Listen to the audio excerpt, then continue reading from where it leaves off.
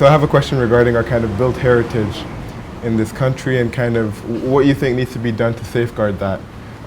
Kind of do we do enough in terms of retrofitting, kind of reusing our building stock, or do we need to maybe develop that?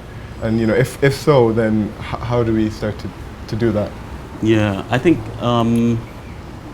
in some ways Trinidad is a pretty odd society.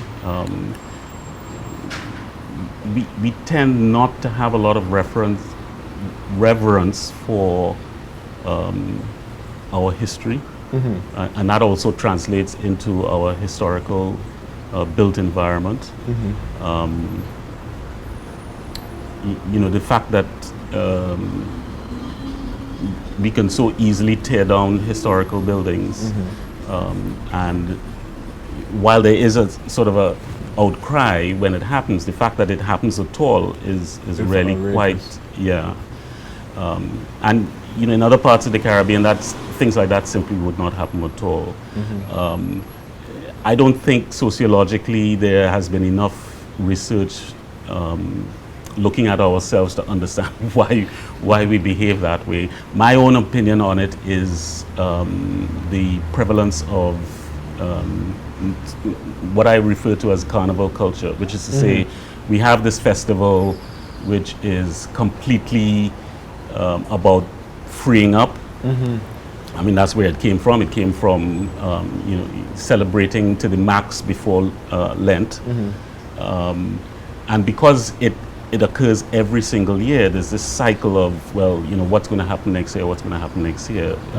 There's no sense of understanding our history in that sense. So, and of course, everybody knows with Carnival, you know, you wear a costume today, you throw it away tomorrow, and then you wait until next year. So I think that kind of mindset is sort of seeped into the society in some ways. So obviously, I think we do need to preserve what we do have, right? And by saying that, I don't necessarily mean, you know, Keeping buildings exactly over as it 100 was. years old, right? It may be buildings that are 50 years old or 20 years old, or even less than that, right?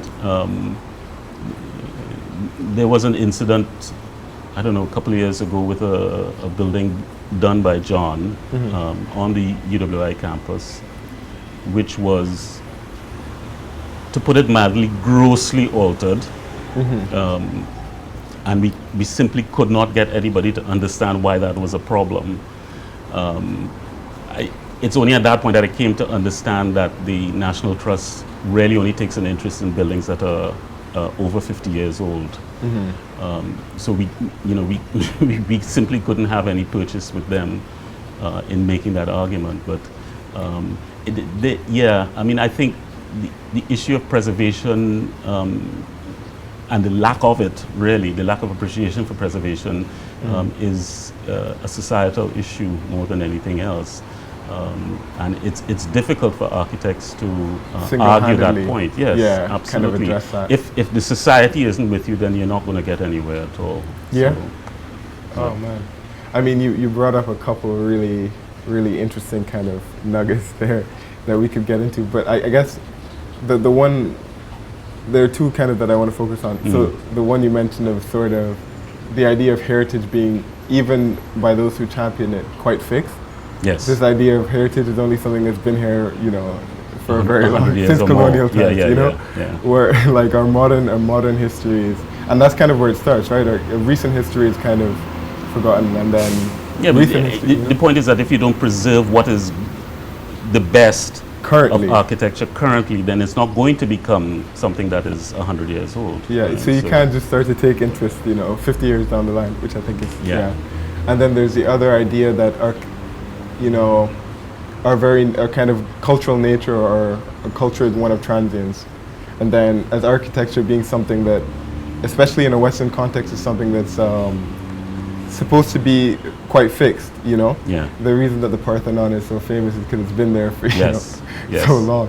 So how do you reconcile, if as a Trinidadian architect, how do you reconcile that transience with the kind of traditional understanding of architecture as something that's very fixed and that is, you know, I think that's like, those are areas of you know. Well, that's the dilemma. That's the social dilemma that we have. That, and of course, there's always you know, people have made the argument that you know, we don't necessarily want to remember our past because it was so traumatic. And I think, personally, I think that's a mistake. Yeah. We obviously need to take ownership of a past, regardless of how traumatic it was. You know, there's no sense in sort of engaging and blaming people about what happened in the past. But I mean, it happened, and there's no way that you can deny it. Kind of undo it. Right? It's unhealthy, I think, to deny it. So we might as well accept it and move forward. Yeah. Right? So, yeah, as I said, I mean, I'm not sure.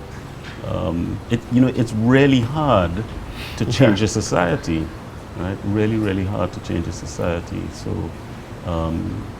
I imagine that this is what we're going to have for a very long time with regards to the sort of social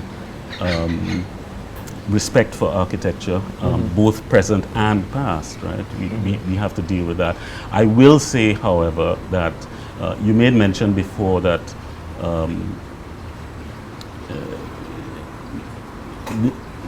the meaning or the feeling of architecture is something that has to be translated from the architect to the public. And I don't quite agree with that. I mean, my understanding of architecture is that, the way I've always thought about it is that it's not a noun, it's a verb, right? In the sense that your experience of a building is what is actually architecture. Yes. Not the building itself, right? The building is a vehicle for the experience, but your experience of the building is what is architecture. So regardless of what you make, I should say rather, in spite of what you make, people are going to have an experience in that building. And I think that is what becomes so much more critical for architects to understand, that being really careful about understanding what the experience of a building is in terms of how you approach it, how do you penetrate the exterior, how do you move through the building, what elements of the building remain with you as memory.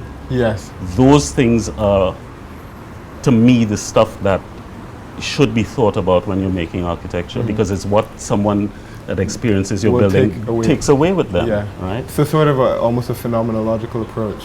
Absolutely. Absolutely. In the vein of someone like Rasmussen, Eyes of the Skin, stuff like that. Yes, exactly, right? So, and I think it's also an argument against superficialism, right? So if a building is overly sort of aestheticized, yes, then you kind of miss the whole experience of the architecture, you know? Correct. Which is especially kind of poignant in this culture, or in this climate. climate. I think it's more poignant now with regards to sustainability, in the sense that we need to be reminded more and more about what the natural environment, or how the natural environment is breaking down, right? Yes. You know, nowadays everybody's complaining about this tremendous heat and all that sort of thing. So of course it automatically becomes important to think about how buildings can be cooled without the use of fossil fuels, and what that experience is, right?